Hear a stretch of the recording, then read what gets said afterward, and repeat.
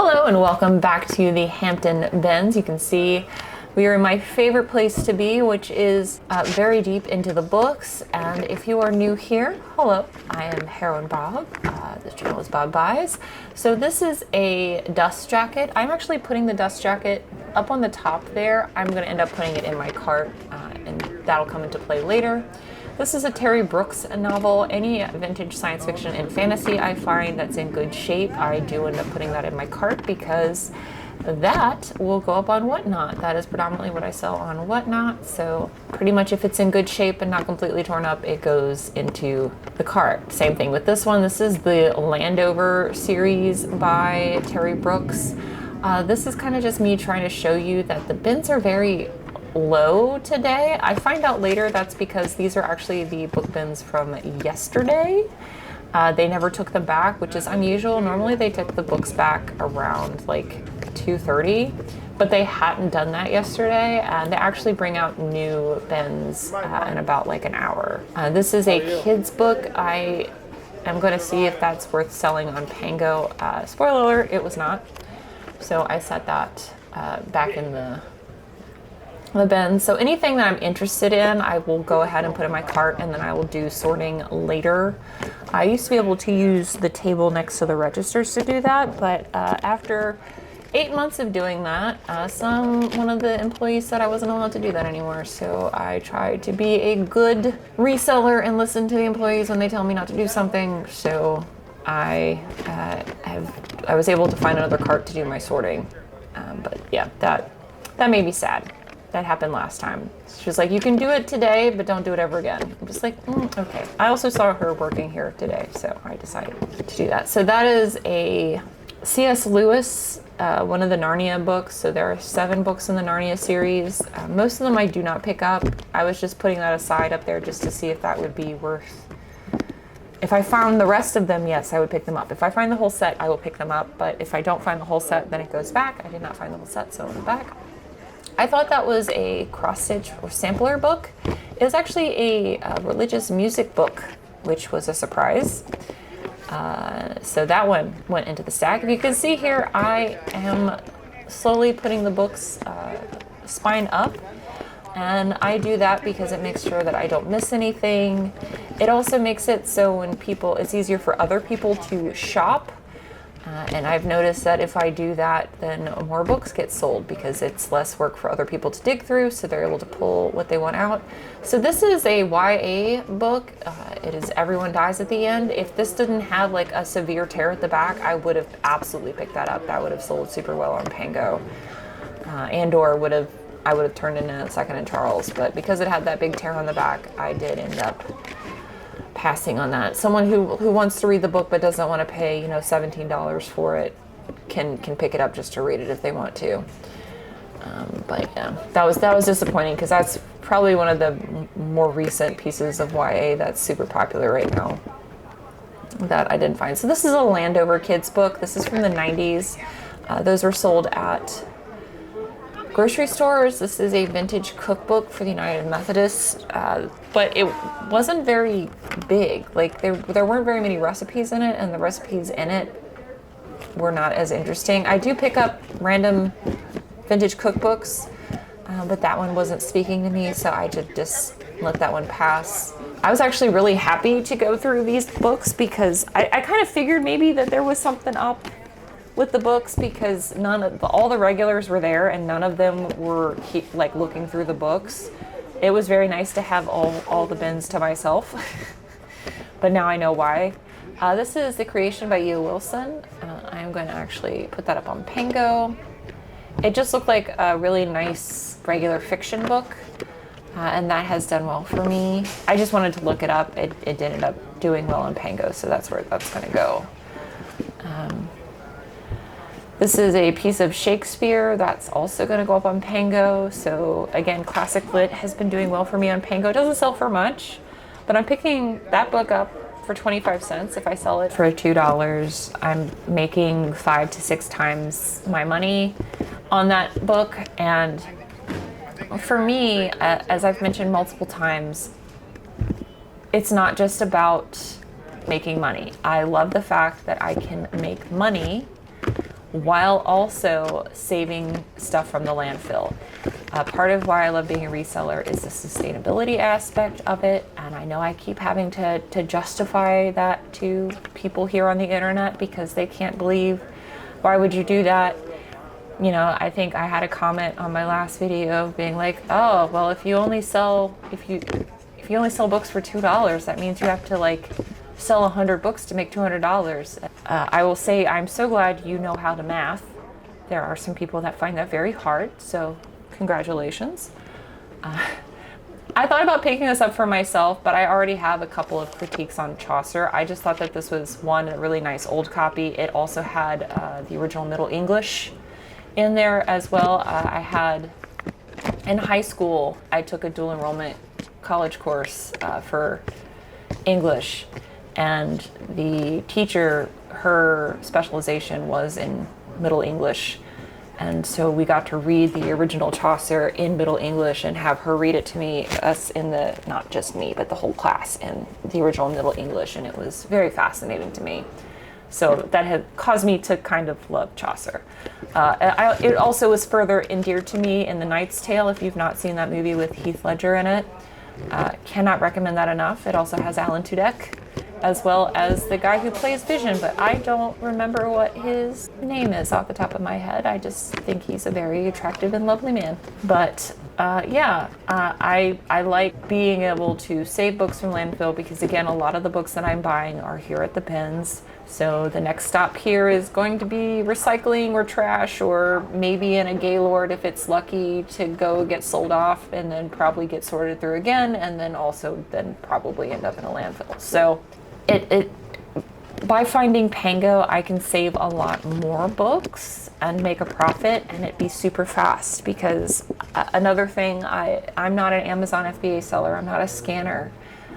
So this is still where I can source without having to scan and still use my gut and still make money. So everything's super fast, and Pango's super fast to list on. I mean, it takes almost no time to list on that. So in an hour I can list, 70 books, super quick, like less than a listing a minute.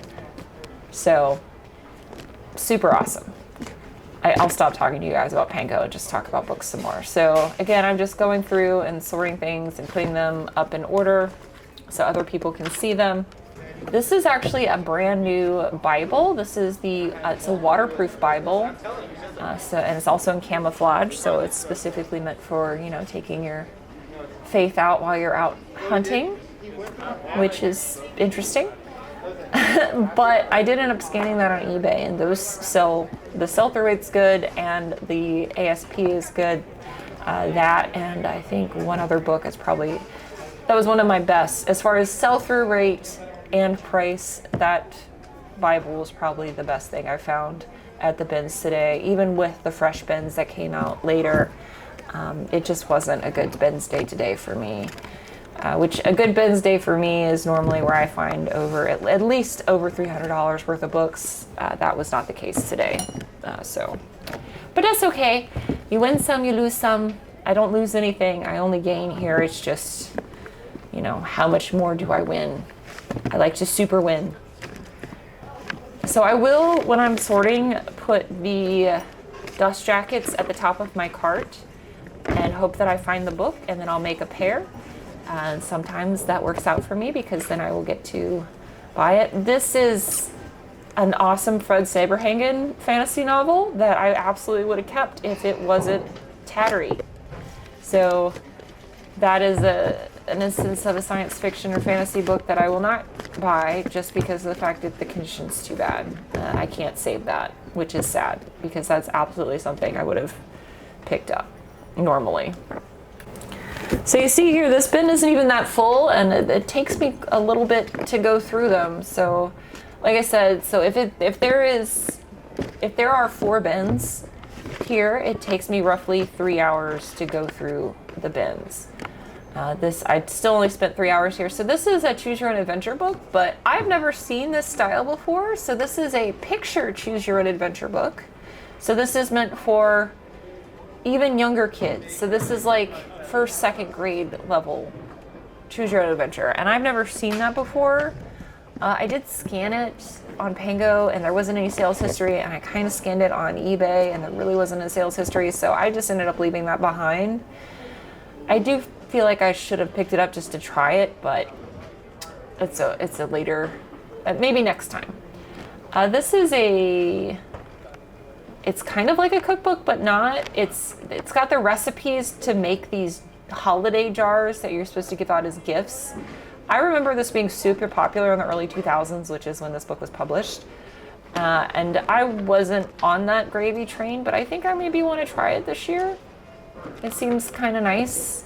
I know that when I got those as gifts, I mean, I did get those as gifts during the early aughts pretty regularly. I always cooked the cookies and they were delicious. So maybe this year I will do that. I think that's a book for myself. It ended up, spoiler alert, being a book for myself because it does have a dedication in there, even though the person that it was gifted to never used it. So that's fun. Again, you can see how empty these are. Again, I'm just putting that on the top there, sorting this out. I do like it when the bins are this empty because it does make the sorting process a lot easier for me. So much easier for me. I'm gonna actually go over here to the other end because it's emptier, because that way it's easier for me to do this. This is another devotional. There were a lot of religious books in here, and some religious books can sell very well. This is actually a magazine, surprisingly enough. And I'm just gonna go through here. Go Dive. It's a diving book, a book on diving, but that's like an 80s book on diving. Oh, well, wait, what is this? This is actually the hardcover book to go with this dust jacket I found earlier. And this is a YA novel in good shape now that the dust jacket is with it. So this is going in my cart and I'm gonna sell that on Pango. So that is awesome. That is always why I try to put the dust jackets up top. One, if I find the book, it's super exciting for me because it's like a treasure hunt, a little matching game for myself. And if I can find it and match them together, hopefully by putting them together, it'll sell. And then sometimes they're books that I actually want to buy and sell myself. I actually had 2 Rick Riordan books, the Olympus novels. They're YA novels, by the way, like the Percy Jackson series. They were really nice hardcovers, but they were missing their dust jackets. That kind of stuff I would need a dust jacket for. And I never found the dust jackets for those books, and I was very sad because I had to put the book back. And I do know that those would have been, easy $5, $6 if I had found them. This is folk art. So there were 2 of these. They were very cute. I should have probably put those aside and looked them up now that I'm thinking about it, but I didn't, so oh well. Very cute little Christmas book. I found a lot of Christmas books too, like a lot of Christmas kids books in various states of disarray. This is a needlepoint. It's also missing its dust jacket, so I set this aside just to see if I might find its dust jacket, because if I found its dust jacket, this would probably be worth reselling. I never found its dust jacket, so it went back into the bins, which is kind of sad. But Jams and Jellies canning recipe, if that was like a more robust book, I would have kept this. This is a very vintage, I think this is from like the 70s. 1972, I saw that right then. Little kids book. Sometimes I save those just for nostalgia reasons because, those are the kind of books that were at my daycare center. Like, people would donate their kids' books to the daycare center I went to when I was very little. So I like even 1950s books at the daycare center. So I see stuff like that and I get nostalgia. I'm definitely going to get nostalgia from this. This is The American Tale. I almost got this for myself because, man, Don Bluth had a stranglehold on my childhood for sure. Five Goes West, All Dogs Go to Heaven, The Secrets of Nim, like good, solid kids' stories that were also traumatizing. Brilliant. And also just something that wasn't Disney. So this is an embroidery book. I actually sold recently an embroidery book on Pango, and it sold super fast. So I'm gonna see if something that's a little bit older, like that was a very modern embroidery books. I'm gonna see if something a little older, but in the same theme will do well on Pango, because it's kind of similar. But just going through, I mean, I'm almost done with this bin already just because it was so empty. Again, I'm not mad at that. I actually, like I said, found some good stuff and it was super fast. I thought this was gonna be like a quick, easy in and out. Nicholas Sparks, I almost always leave behind unless it's either signed or first edition. And even then, it has to be the Notebook. I did find one first edition copy of the Notebook, and I've kept that because that's really the only Nicholas Sparks movie I've watched and love. Like, it is actually my younger brother's favorite movie. And if you ever actually saw my younger brother, you would be super surprised by that. I don't know.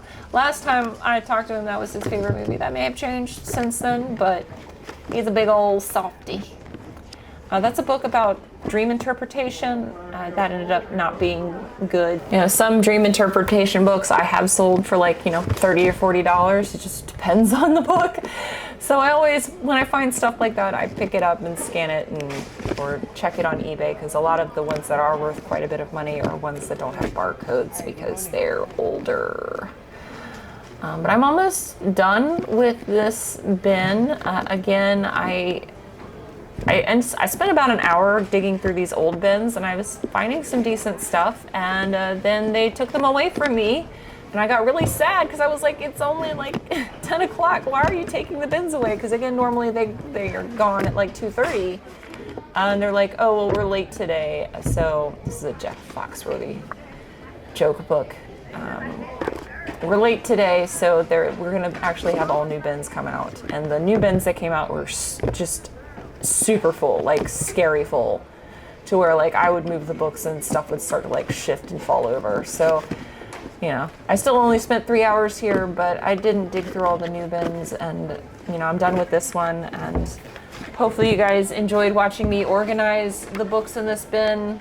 I saved a few before they ended up going in the back, never to be seen again. But thank you guys so much for watching. I should have gotten this book, by the way.